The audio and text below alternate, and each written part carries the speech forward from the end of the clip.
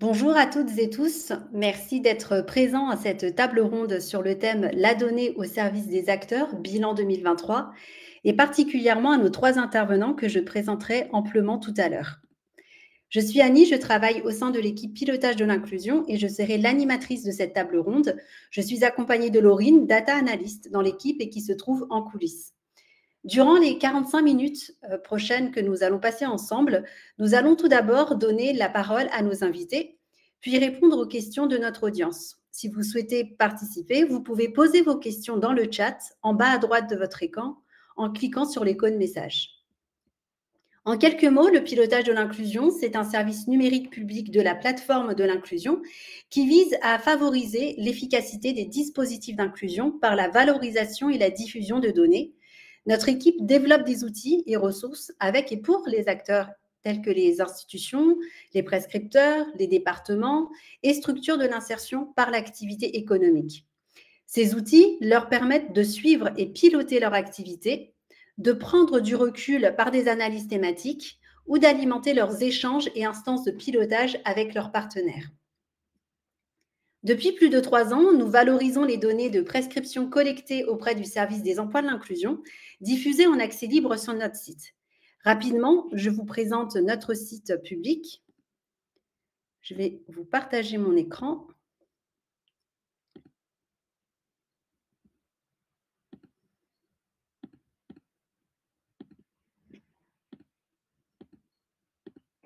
Ah, excusez-moi. Pilotage de l'inclusion. Alors, le site Pilotage de l'inclusion, c'est un site public et je vous mets également notre lien directement dans le chat. Hop. Voilà. Donc, le voici, notre site public qui vous permet d'accéder directement à nos tableaux de bord accessibles à tous. Ces tableaux de bord, vous les retrouvez donc dans l'espace tableau de bord public qui vous permettent donc de trouver plusieurs thématiques telles que le suivi et l'analyse des orientations, juste ici, telles que aussi les fiches de poste en tension, les métiers qui sont recherchés, l'autoprescription et les acteurs qui interviennent sur les territoires, que ce soit les prescripteurs ou les employeurs, ainsi que les informations sur les publics. Donc, vous pouvez retrouver, par exemple, quelle est la représentation des femmes dans les candidatures à l'insertion par l'activité économique. Par exemple, si nous allons dans le tableau qui permet de suivre les orientations qui ont été faites par les acteurs terrain, donc voir le tableau de bord, vous pouvez retrouver les chiffres clés des 12 derniers mois, donc sur l'année 2023, vers les structures de l'IAE. Donc, nous pouvons donc voir le nombre de candidatures qui ont été orientées par l'ensemble des acteurs, que ce soit les employeurs, les prescripteurs ou les orienteurs, et également les candidatures toujours en cours de traitement par les structures. Et ce qui est intéressant, c'est de voir le résultat. Et donc, à date, pour l'ensemble en fait des candidatures qui ont été orientées vers tous les employeurs qui utilisent le service des emplois de l'inclusion, donc les structures de l'IAE, vous avez près de 30% de candidatures qui ont été acceptées sur les 12 derniers mois et près de 36% qui ont été donc refusées. Et donc, ce sont des informations que vous pourrez ensuite affiner en fonction du prescripteur directement dans ce tableau de bord ou dans les autres outils que je vous ai donc montrés.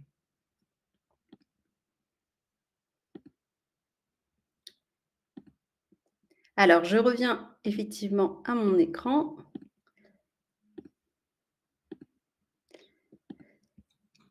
Alors, en 2022, nous avons développé des outils dédiés aux structures des l'IAE, au service de l'État et France Travail. Quelles connaissances apportent ces outils? Comment leur sont-elles utiles dans leur mission? Quel est l'impact de ces données? C'est ce que nous allons aborder durant cette table ronde. Et pour en parler, nous avons Claire Bailly. Bonjour Claire. Bonjour Annie. Conseillère à l'emploi, référente formation au sein du groupe Pilote, donc une société coopérative d'intérêt collectif basée en Occitanie, dont la mission est de redonner l'accès à l'emploi à des personnes en situation de difficulté sociale ou professionnelle sur plusieurs secteurs d'activité, notamment la restauration et le nettoyage. Nous accueillons également Edmouri Abdelli, communément appelé Kamel. Bonjour Kamel.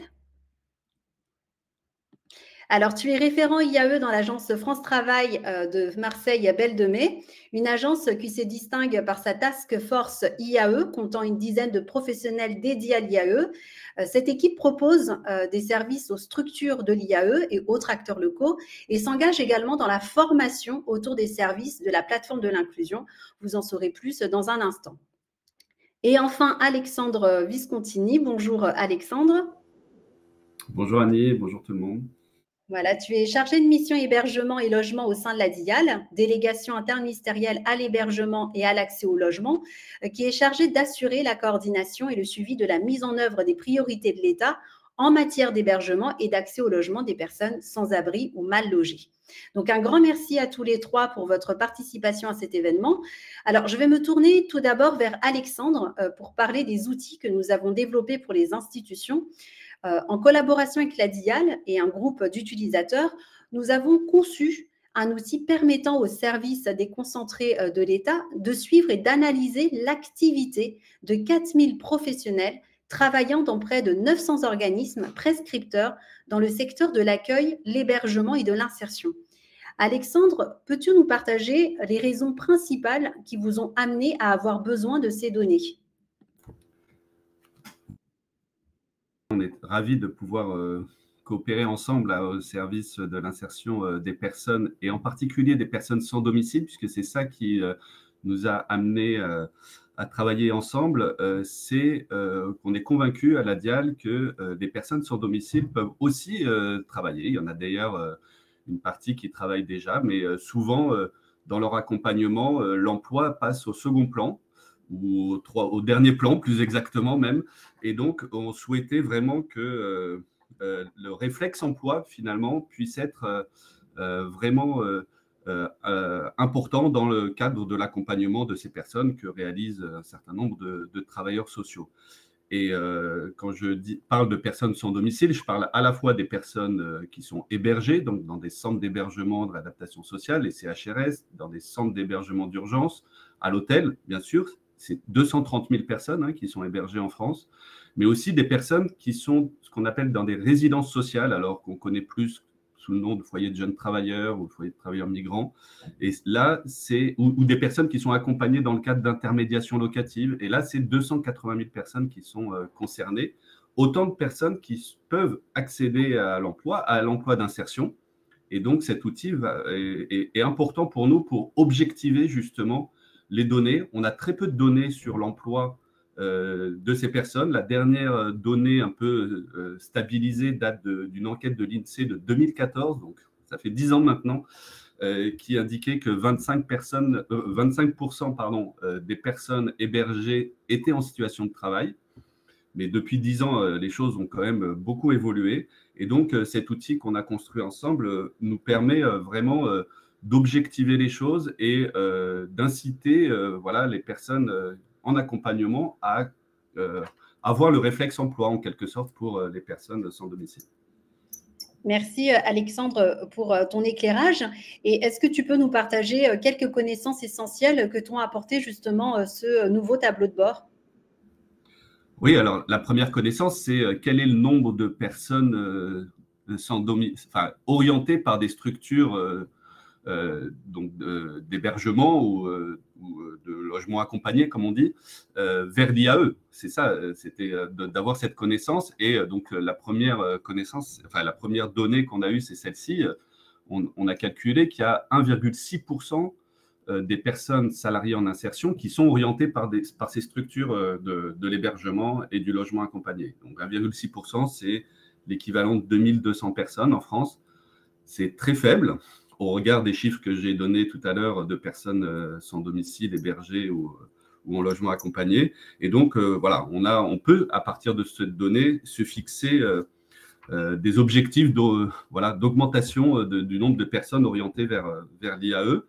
Il y a d'autres données qui sont intéressantes, notamment le fait que c'est les CHRS donc, qui orientent le plus les personnes vers l'IAE et très faiblement les résidences sociales, alors que dans ce type de logement accompagné, les personnes peuvent tout à fait être orientées vers l'IAE.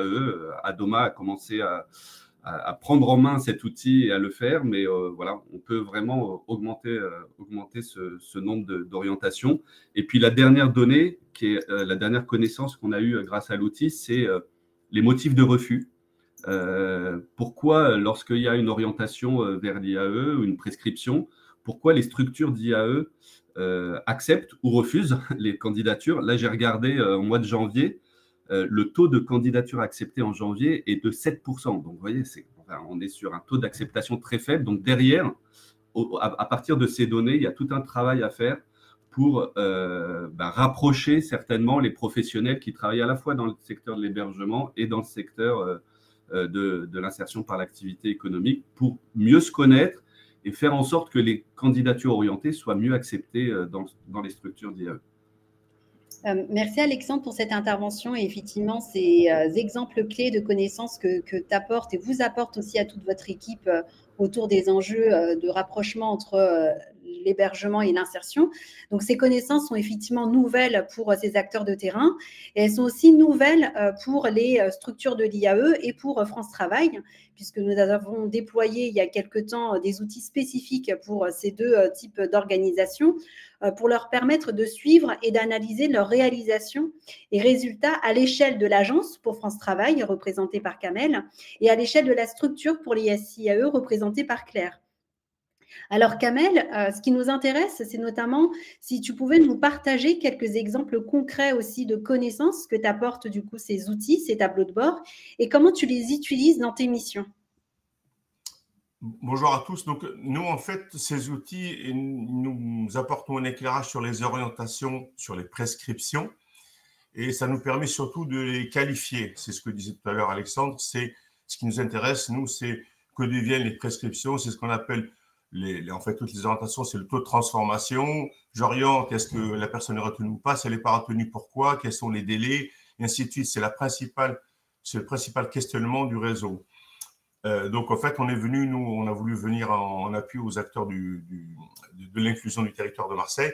Donc, on les utilise comme un outil pédagogique afin d'accompagner surtout les équipes de conseillers France Travail en premier lieu, les managers maintenant aussi à notre niveau, les partenaires institutionnels à la demande.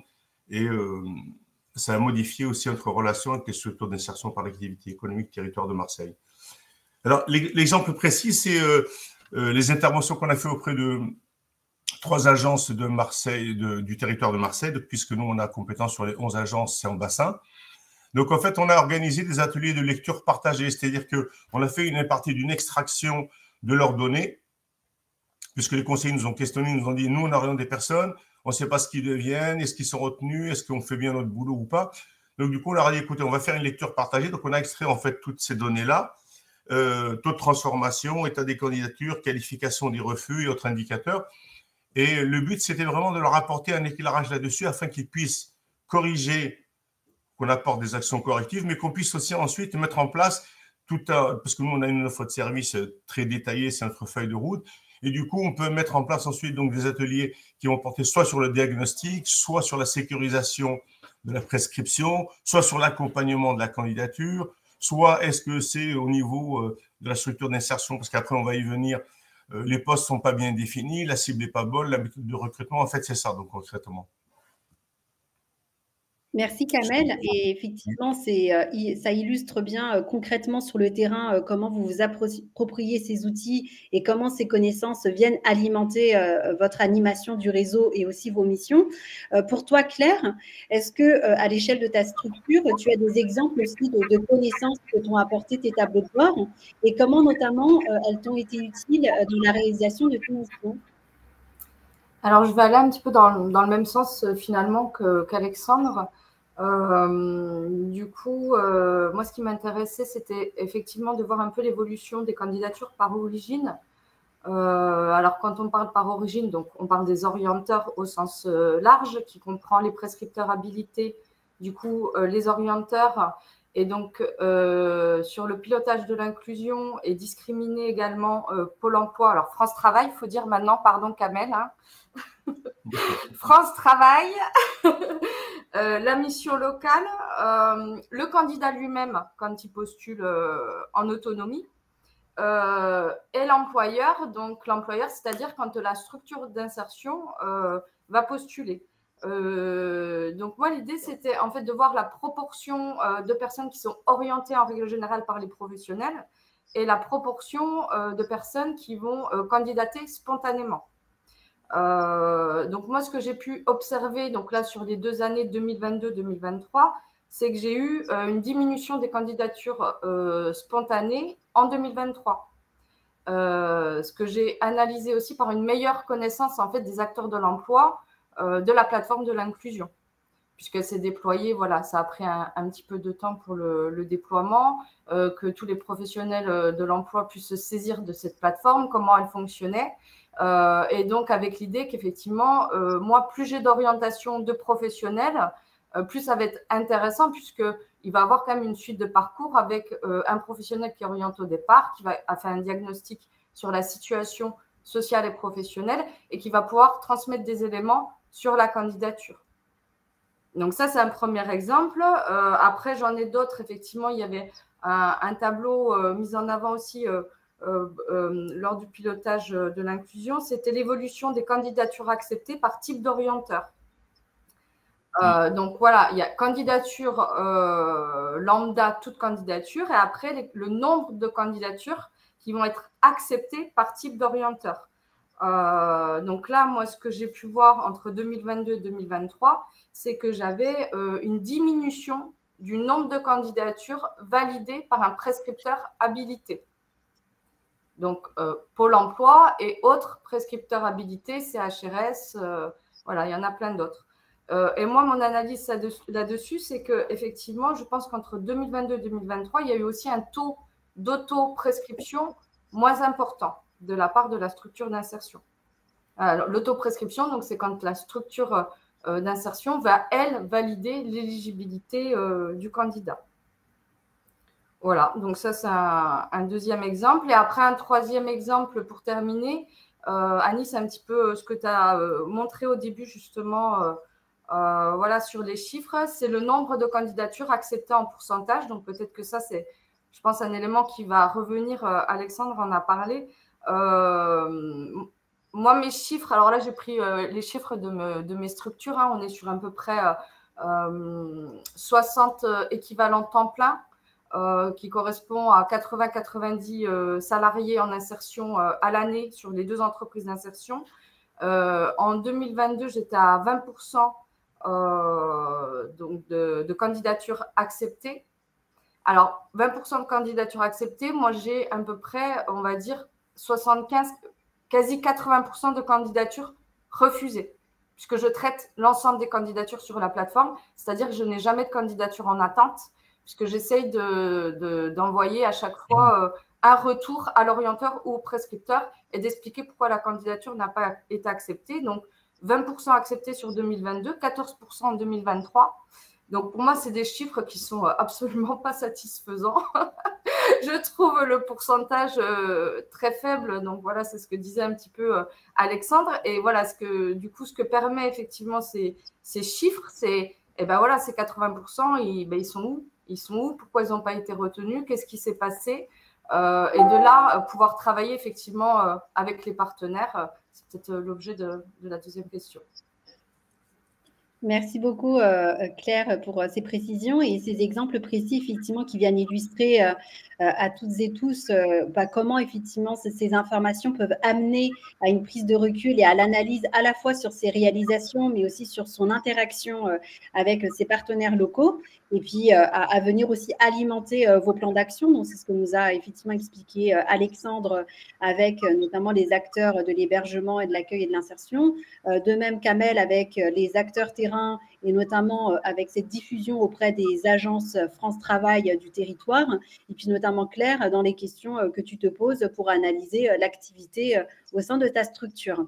Alors, effectivement, sur un de nos apprentissages clés de l'année 2023, et que ces données autour de l'activité de prescription permettent d'enrichir les relations partenariales, à la fois entre les prescripteurs et les structures de l'IAE, et également entre les services de l'État et les acteurs qui financent.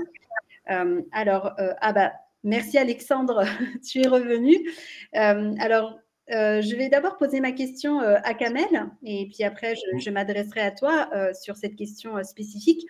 Pour toi, Kamel, quel changement as-tu vu dans tes relations avec les structures de l'IAE ou avec les institutions ou d'autres acteurs de ton territoire grâce à ces nouvelles données que tu as? Et quels sont les apprentissages qui viennent alimenter tes relations partenariales? Nous, ça a clairement en fait changer notre approche par rapport à tous les partenaires, alors que ce soit internes, donc conseillers, managers, mais surtout structures d'insertion par l'activité économique, mais aussi partenaires institutionnels. C'est-à-dire que du coup, ça nous a permis de légitimer notre intervention, d'arriver comme professionnels, mais aussi de permettre une lecture des éléments, mais pas que. C'est-à-dire que l'objectif étant on va dire, d'optimiser un petit peu notre intervention et l'objectif étant qu'il y ait plus de prescriptions, mais des prescriptions à la cible, mais qu'il y ait aussi des retours à l'emploi. Donc, nous, du coup, ce que l'on fait, c'est que on a commencé à faire notre intervention sur toutes les instances de l'IAE. Bon, au comité de suivi, c'est pas le lieu, mais on le fait, on a dit au cours d'ateliers en interne, alors que ce soit en interne pour les conseillers France Travail ou les managers, mais aussi pour les structures d'insertion et ainsi de suite. Mais surtout, donc, on intervient en amont des dialogues de gestion, c'est-à-dire que là, du coup, c'est ciblé, c'est-à-dire que par structure, on est capable de lui sortir donc sa fiche d'identité et sa fiche d'activité. En plus, on peut comparer d'une année à l'autre, d'un trimestre. C'est ce que vous disiez tout à l'heure, c'est par rapport au métier en tension, taux de transformation, et ainsi de suite.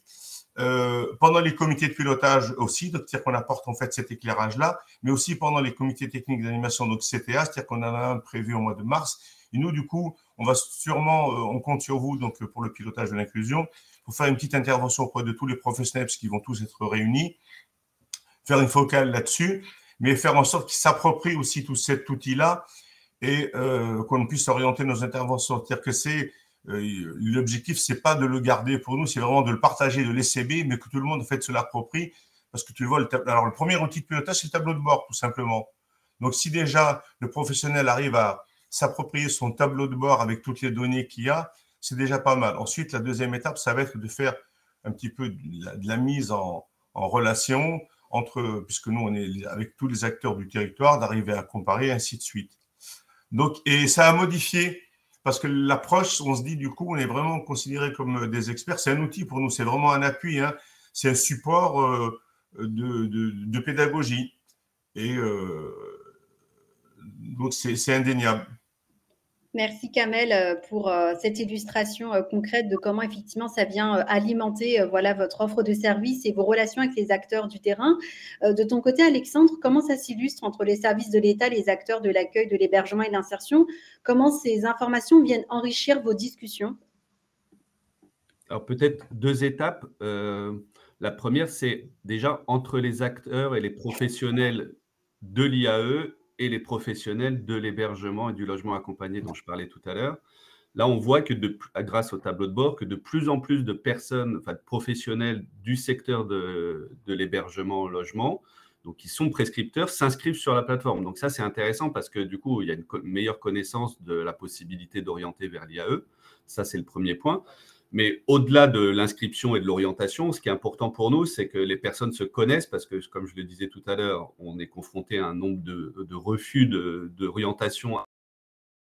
Et du coup, derrière, ça veut dire qu'il y a une méconnaissance de la situation des personnes. Il y a pour les structures de l'IAE, mais comme il y a une méconnaissance du monde de l'IAE par les professionnels de l'hébergement logement. Donc, concrètement, ça se met en place et ça, c'est les collègues des directions départementales des DETS qui peuvent le mettre en place aussi, c'est des rencontres physiques, en présentiel, cette fois-ci, entre les différents professionnels pour travailler justement sur cette orientation vers l'emploi des personnes hébergées. Il y a eu déjà dans plusieurs départements ce type de rencontres qui ont vraiment boosté finalement cette dynamique d'orientation vers l'emploi. Et puis, derrière, nous, ce qu'on aimerait bien, c'est qu'une fois que les personnes sont orientées et accueillies en structure d'insertion, eh bien, qu'il puisse y avoir un accompagnement conjoint finalement vers l'emploi classique pour la structure d'insertion et vers le logement pour le travailleur social de la structure d'hébergement et de logement accompagné. Et c'est cet accompagnement conjoint qui est finalement l'accompagnement global, mais pas réalisé par les mêmes personnes, mais par des personnes qui se connaissent et qui travaillent conjointement, de façon simultanée, qui est intéressant parce que là, on apporte des réponses très concrètes aux personnes. Et puis après, mais je pourrais développer tout à l'heure, dans notre relation par rapport aux services de l'État, aux dettes, ce qui est intéressant, c'est d'avoir des données pour les dialogues de gestion, que ce soit les dialogues de gestion qu'on fait nous au niveau national avec les directions régionales ou départementales, parce que ça permet de piloter la politique, justement, ces données, ou bien des dialogues de gestion que font les collègues là en département avec les différentes structures. Merci Alexandre pour cette réponse claire et les relations, effectivement, interactions entre les différents acteurs. Quant à toi, justement, Claire, qu'en est-il pour ta structure?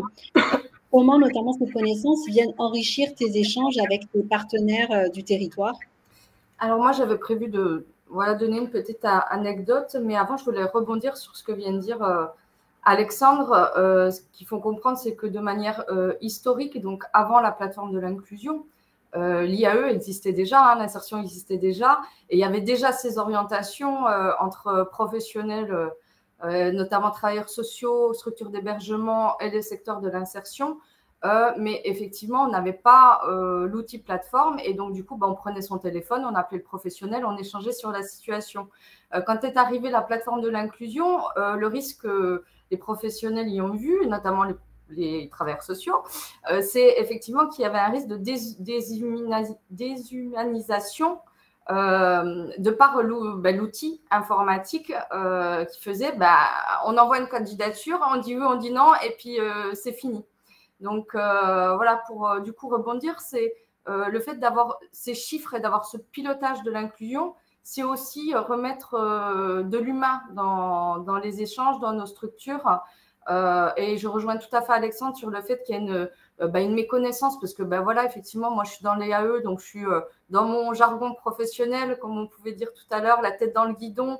Et même si je regarde de loin le logement, je ne connais pas les dispositifs, je ne connais pas les différents types de publics plus ou moins éloignés. Et en plus, voilà, tu as parlé du public rue, mais public rue, il y a plusieurs publics rues. Une résidence sociale et un CHRS, ce n'est pas la même chose, ce n'est pas le même public. Donc voilà, du coup, ça c'était juste pour rebondir.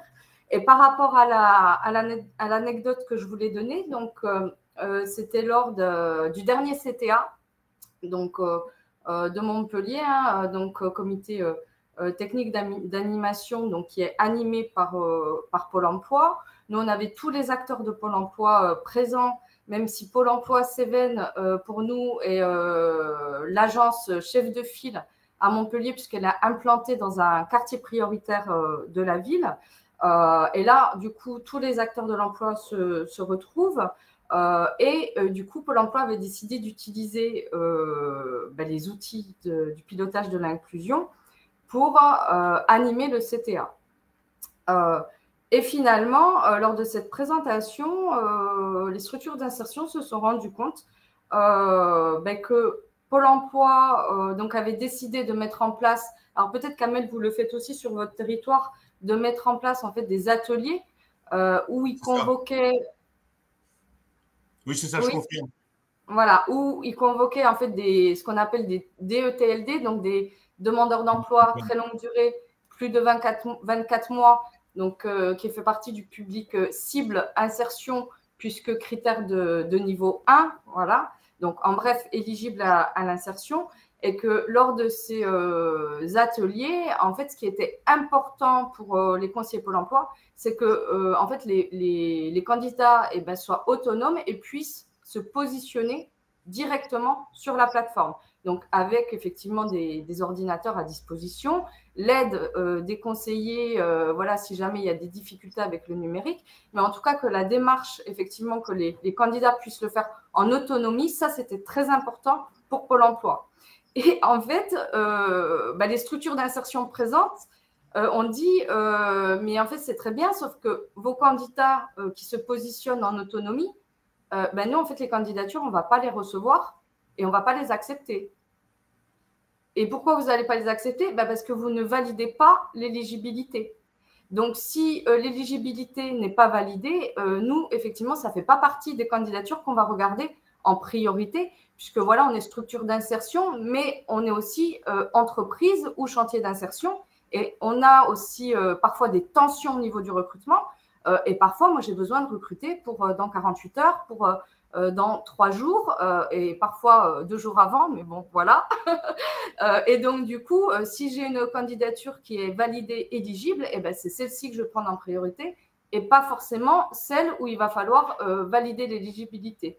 Donc, voilà, cette confrontation était intéressante puisqu'en fait, c'était chacun dans sa pratique, légitime dans ce qu'il fait, puisque voilà, un conseiller Pôle emploi qui dit oui, moi je veux que la personne elle soit autonome à minima dans sa recherche d'emploi. On la convoque à un atelier, c'est normal qu'elle se positionne toute seule. Et les structures en face qui disaient oui, d'accord, on entend, mais en fait, nous, on ne vous les prend pas, en fait, ces candidats.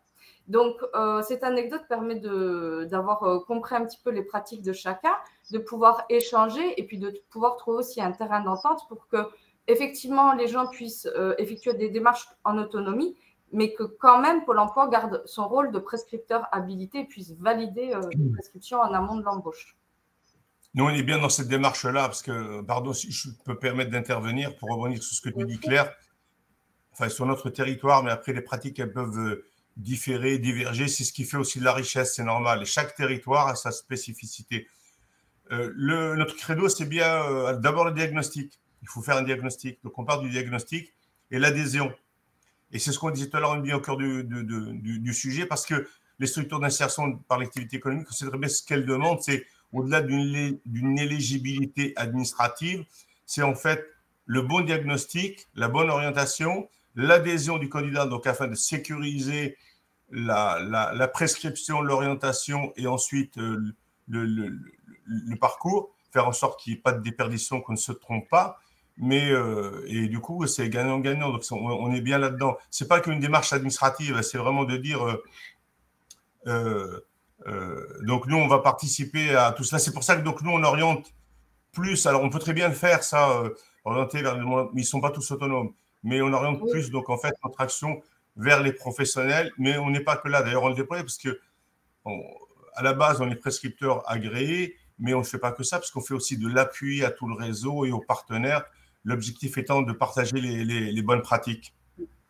Merci à tous les deux pour ces interactions et du coup c'est intéressant parce que ça permet vraiment aussi de continuer à alimenter les échanges et il y a pas mal d'interventions autour de la méconnaissance aussi de l'IAE, de structures qui n'ont pas forcément aussi, notamment pour les nouveaux prescripteurs habilités, une connaissance de leur métier ou des dispositifs qui existent côté IAE. Donc, ça sera intéressant tout à l'heure d'avoir aussi un peu vos retours là-dessus, comment vous faites sur le terrain. Et pour conclure cette table ronde et par rapport au temps que nous avons, j'aimerais vous poser une dernière question. Si chacun peut prendre 1 minute synthétique pour pouvoir partager un peu ses retours, c'est notamment si vous avez une décision, si vous pouvez nous partager une décision que vous avez prise ou une action phare que vous avez mis en place sur l'année 2023 grâce aux connaissances et apprentissages que vous ont apporté ces données. Quelle serait-elle? Je vais commencer par Kamel. Est-ce que tu pourrais nous partager une histoire en 1 minute sur un élément phare de l'année 2023? Nous avons fait 2 priorités. C'est qu'on va poursuivre nos interventions auprès des équipes de conseillers. Donc, puisque nous sommes 8 conseillers de chargés de projet et une animatrice d'équipe. Donc, chacun d'entre nous est référent d'1 à 2 agences France Travail et Pôle emploi. Donc, du coup, on va continuer à accompagner en fait nos collègues sur la lecture, le partage de données, l'analyse, mais aussi la montée en compétences. On va travailler sur le diagnostic, la prescription du parcours IAE, la maîtrise de l'outil, mais aussi la sécurisation de la candidature et ainsi de suite. Donc ça, on l'a fait et on va le faire pour toutes les agences du bassin. Et puis après, on va essayer aussi d'essaimer cette bonne pratique à travers tout le territoire. Et l'autre priorité, en fait, c'est ce qu'on disait tout à l'heure, c'est intervenir aussi, pas que, c'est l'autre volet, c'est auprès des structures d'insertion. C'est-à-dire qu'il faut absolument les accompagner dans la lecture des données pour qu'elles aussi, elles puissent modifier. C'est la visibilité de la structure, les postes, est-ce que les prérequis du poste sont bien définis ou pas, la structure qui a 300 candidatures qui sont toujours en attente et là en difficulté, la qualification des motifs de refus, l'accompagnement aussi, et personnaliser aussi la démarche. Alors, la plateforme, c'est bien, les chiffres aussi, mais il n'y a pas que, c'est-à-dire qu'il y a aussi derrière, il y a aussi nos pratiques en humain, donc en fait, il ne faut pas hésiter du tout à se contacter. Donc, nous, en fait, on est sur ces deux axes prioritaires-là et on le fait par l'accompagnement personnalisé. En fait, c'est vraiment une offre de service à la demande. Merci Kamel. Et pour toi, Claire, quel serait le partage que tu souhaites nous faire?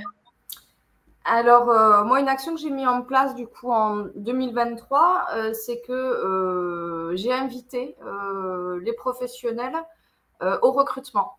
Voilà, donc j'organise en fait tous les mois des informations collectives de recrutement, donc sur 2 territoires, Montpellier et Béziers. Et donc, lors de ces informations collectives, en fait, cette information collective, je la découpe en 2 parties.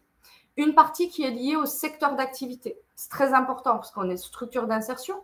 OK, on embauche des personnes qui sont dites éloignées de l'emploi, mais on est un secteur d'activité avec effectivement des contraintes liées à ce secteur-là, qui sont les mêmes contraintes qu'on va retrouver en entreprise classique. Donc, il y a toute une partie explication du métier du secteur d'activité et une deuxième partie de l'information collective qui va être expliquée pour expliquer le contrat CDI, le contrat d'insertion, la partie accompagnement, quel public, quel accompagnement est mis en place pendant le contrat, quel est le lien qui va être fait avec les partenaires sociaux. Et là, pareil, Alexandre, l'accompagnement conjoint, évidemment, merci de l'avoir dit, puisque quand on est, comme moi, conseillère en insertion dans une entreprise d'insertion, je ne peux pas traiter toutes les problématiques sociales, ce n'est pas possible. Voilà, le logement, alors je ne sais pas vous sur votre territoire, mais nous, Montpellier, c'est catastrophique, le marché est de plus en plus tendu, les loyers augmente. Donc, moi, par contre, ma proportion de personnes à la rue dans mes structures d'insertion, je pense qu'on est autour de 20-30%. Donc, beaucoup plus que les chiffres que tu as pu donner. Donc, voilà. Donc, du coup, c'était important d'inviter ces professionnels sur les informations collectives pour qu'ils puissent avoir des échanges, pour qu'ils puissent entendre ce qui est demandé sur le terrain, puisque voilà, il y a des contraintes incompressibles. Dans le nettoyage, on commence à 5h30 du matin. Donc, quand on a des enfants de 4 ans à déposer à l'école avant, eh ben, le nettoyage, c'est pas non, mais ça va être très compliqué et c'est peut-être pas pour de suite. Donc, c'est important que les professionnels l'entendent. Et la partie contrat d'insertion, où là aussi, je peux animer avec les professionnels qui sont présents en fonction. Donc, j'ai Pôle emploi qui vient régulièrement sur des infocalls. La mission locale qui vient avec un groupe de jeunes tous les mois. Intéressés ou pas forcément intéressés, mais il dit voilà, moi je viens avec un groupe de jeunes et puis je vois un petit peu comment ça prend. Ça permet aussi d'avoir des informations sur les différents métiers. Et après, j'ai d'autres intervenants. J'ai un travailleur social CHRS qui est venu récemment. Voilà, donc c'est vraiment l'action moi que j'ai mis en place et ça permet de mieux se connaître. Et voilà, c'est un temps où on n'est plus la tête chacun dans le guidon. On communique, on se voit, c'est du présentiel. On peut échanger sur certaines situations. Moi, j'ai une personne qui est en hébergement d'urgence. Voilà, ça serait bien, Claire, si tu peux la recevoir. Donc, on remet de l'humain par rapport à cet outil plateforme. Merci Claire. Et effectivement, l'outil n'est pas la solution, c'est plutôt voilà, une facilitation dans les missions de chacun et de chacune. Et c'est vraiment l'objectif du pilotage de l'inclusion, c'est faciliter la réalisation de vos missions. Et pour toi, justement, Alexandre, est-ce que tu as une action aussi ou une décision particulière, spécifique que tu souhaites nous partager? Oui, alors nous, on agit au niveau national, donc on a engagé deux actions l'année dernière qui me semblent importantes grâce à cet outil. La première, c'est dans la relation avec nos collègues, justement, de direction régionale et de direction départementale. Vous savez que depuis 2 ans, un peu plus, 3 ans maintenant, donc on a les DETS et les DRETS qui réunissent à la fois le travail et la solidarité. Donc, voilà, ça va dans le même sens de pouvoir rapprocher le secteur de l'hébergement du secteur de l'emploi, mais on a encore au sein de ces structures des personnes qui sont spécialisées à l'hébergement, d'autres spécialisées sur l'emploi lié à eux. Et donc, on a pu réunir, nous, quand on réunit nos collègues, c'est plutôt des collègues de l'hébergement, Et donc, on leur a pu, avec Annie d'ailleurs, présenter ce tableau de bord, cet outil de pilotage qui les incite, les invite à aller aussi mieux travailler avec leurs collègues de l'emploi, leurs collègues de l'IAE, pour justement créer ce lien qu'on appelle de nos voeux. Ça, c'était la première action. Nous-mêmes, au niveau national, on a le même enjeu de mieux travailler entre le ministère du Logement et le ministère de l'Emploi, et donc de travailler sur une feuille de route commune qui permette justement de donner la dynamique, l'impulsion et puis de savoir où on va sur ces questions. C'est auprès des partenaires associatifs qu'on réunit aussi régulièrement et à qui on a présenté l'outil, et y compris au sein des associations, il y a souvent parfois des sectorisations, et donc ça leur permet aussi de travailler sur ce rapprochement des deux mondes, en quelque sorte, à la fois de l'emploi et de l'hébergement. Merci, merci à tous les trois pour la qualité de vos interventions et surtout ces témoignages qui sont clés et essentiels du coup pour les personnes notamment qui nous écoutent et surtout pour notre équipe. Alors, je vais prendre quelques questions de l'audience. Malheureusement, il nous reste 5 minutes pour pouvoir apporter quelques éclairages. Je vais d'abord répondre à une question qui est souvent revenue pour pouvoir vraiment apporter les bons éléments de définition. C'est l'autoprescription. Qu'est-ce que c'est? Comment on le définit? Alors, il y a deux choses à comprendre en fait quand vous allez lire nos données, et je vais vous montrer après un outil qui va vous permettre du coup de retrouver ces précisions. Aujourd'hui, les orientations, déjà, d'où viennent-elles? Donc, les orientations peuvent être faites par un prescripteur habilité. Donc, pour rappel, un prescripteur habilité, c'est défini dans un décret. C'est l'acteur qui peut en fait prescrire et qui peut surtout réaliser le diagnostic d'éligibilité à l'IAE. Et donc, vous avez effectivement de nouveaux prescripteurs habilités qui sont arrivés, notamment fin 2021, et qui rejoignent donc le département, qui rejoignent les prescripteurs historiques France Travail, Mission Locale et Cap Emploi, et également aussi les prescripteurs habilités par arrêté préfectoral. Qui d'autre peut orienter? Eh bien, un orienteur, donc une personne, en fait, un acteur, un professionnel ou non, qui peut aussi accompagner des personnes éloignées de l'emploi, mais qui ne peut simplement pas faire le diagnostic d'éligibilité. Le candidat lui-même, donc vous allez parfois voir origine candidat. Eh bien, en autonomie, le candidat peut envoyer sa candidature directement à une structure de l'IAE. Et ensuite, c'est la structure qui se charge elle-même de faire en fait l'analyse, le diagnostic d'éligibilité de ce candidat. Et enfin, vous avez l'employeur. Donc, l'employeur, il peut effectivement déjà recevoir en autonomie des candidatures qui ne passent pas forcément par la plateforme de l'inclusion, mais il peut également faire des orientations pour d'autres structures qui font partie de son regroupement. Voilà, donc là, on est vraiment sur l'orientation. Et ensuite, qu'est-ce que l'autoprescription? Eh bien, l'autoprescription, en fait, c'est pareil, c'est défini dans un décret. C'est défini en tout cas par la DGEFP. Et donc, ce sont des structures de l'IAE qui peuvent réaliser pour les candidats qu'elles accompagnent, le diagnostic d'éligibilité et qui acceptent aussi pour sa structure ce candidat dans son organisation. Donc, il y a vraiment ces deux conditions. Voilà. Et donc, ça, c'est important à l'avoir en tête puisque ça vous permettra de différencier qu'est-ce qu'une autoprescription. Et donc, pour les personnes que cela intéresse, vous pouvez donc aller sur un de nos outils qui s'appelle l'autoprescription. Et je vous partage du coup dans le chat l'outil en question pour permettre aux personnes d'en savoir plus et donc d'aller chercher l'information. Sur les 2 minutes qui nous restent, il y a eu pas mal de réflexions ou de réactions, comme je vous le disais tout à l'heure, sur la méconnaissance entre les acteurs dans les dispositifs. Je vais peut-être conclure du coup cette table ronde autour de sujets qui est revenu plusieurs fois en fait dans les interventions.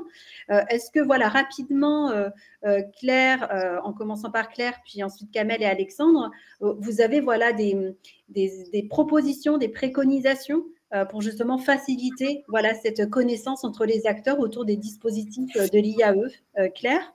Alors moi, pour aller un petit peu plus loin, effectivement, ce qui serait bien, c'est de pouvoir en fait affiner un petit peu la liste des prescripteurs et des orienteurs de manière nominative, avec les chiffres du pilotage de l'inclusion, pour pouvoir un peu mieux cibler, moi, les interventions. Alors, je ne sais pas si je suis très claire du coup, mais en gros, si je repère qu'un type de structure en particulier prescrit beaucoup et les candidatures ne sont quasiment jamais retenues, eh ben, je peux supposer que là, il y a une méconnaissance, alors pas forcément de l'insertion, mais peut-être du secteur d'activité dans lequel moi j'interviens, avec des prérequis, encore je le redis une fois encore, hein, des prérequis qui vont être indispensables à l'emploi par rapport à ce secteur d'activité. Et du coup, s'il y a une méconnaissance, ben moi, je vais pouvoir solliciter la structure pour intervenir directement auprès des professionnels ou auprès du public accompagné. Voilà, donc ça me permettrait vraiment de mieux cibler et après voilà, que Pôle emploi et les prescripteurs aussi puissent comprendre pourquoi parfois les structures d'insertion ne vont pas retenir la candidature. Et encore une fois, je pense que ce n'est pas une histoire que la structure d'insertion va être forcément sélective, mais c'est peut-être que ce n'est pas le bon moment à ce moment-là. Je vais t'inviter si tu peux. Ouais. Merci pour ces quelques mots. Voilà, il y a des réactions dans le chat par rapport à ton intervention. Kamel, est-ce que tu pourrais rapidement nous partager quels seraient pour toi les leviers, les défis pour justement mieux rapprocher les acteurs sur le terrain et est-ce que la donnée notamment en fait partie dans les perspectives pour la suite? Alors nous, pour faire le tour de toute notre offre de services de tous nos actions, il faudra au moins une journée, voire une semaine, mais bon, je vais faire court. On met en place, en fait, tout simplement des actions concrètes. On appelle ça la semaine de l'IAE. Une au printemps, c'est le printemps de l'IAE, une au mois de septembre.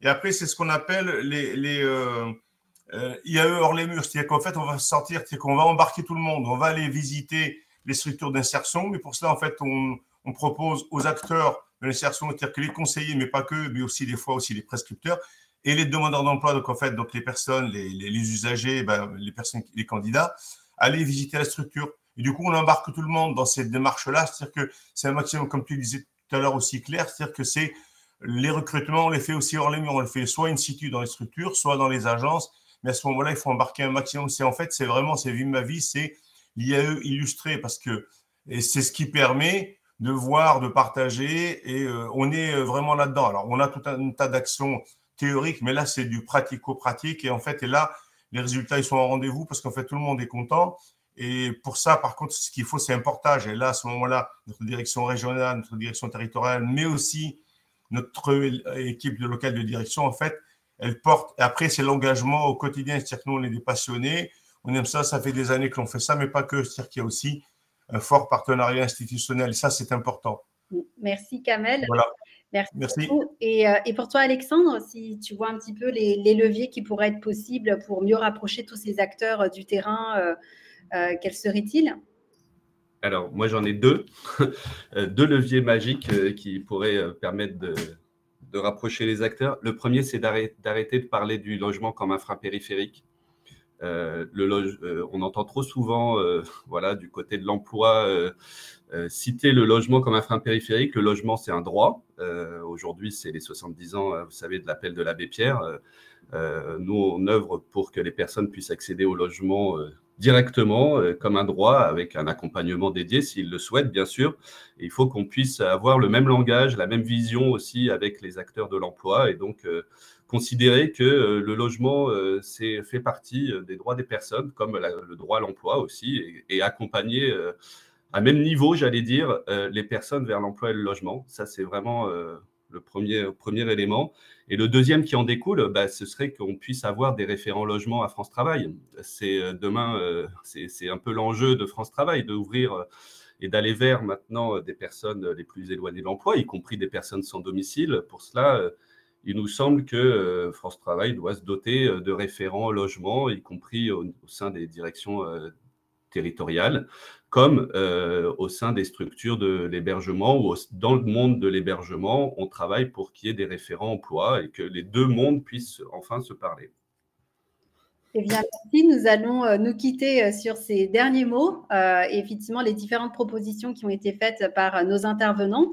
Vous allez pouvoir retrouver le replay de cette table ronde et de toutes les ateliers et tables rondes donc, de la journée Et puis, effectivement, vous avez d'autres ateliers qui vont suivre.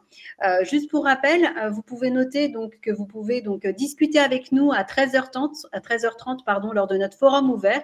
Donc, on n'a pas pu répondre à toutes les questions, mais ça sera un temps fort aussi pour pouvoir revenir et du coup nous questionner le service pilotage de l'inclusion pour être à votre écoute. Une mini table ronde aussi à 14h15 sur la place des femmes dans l'IAE, donc animée par Aurélie Mar et par Élodie Bonnet.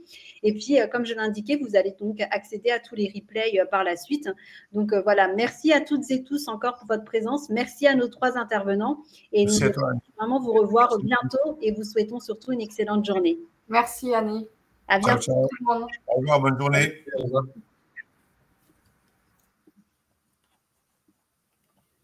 Alors, là, du coup, on quitte la salle, c'est ça? Oui. À bientôt. Salut. Merci à toutes et tous. Bonne journée.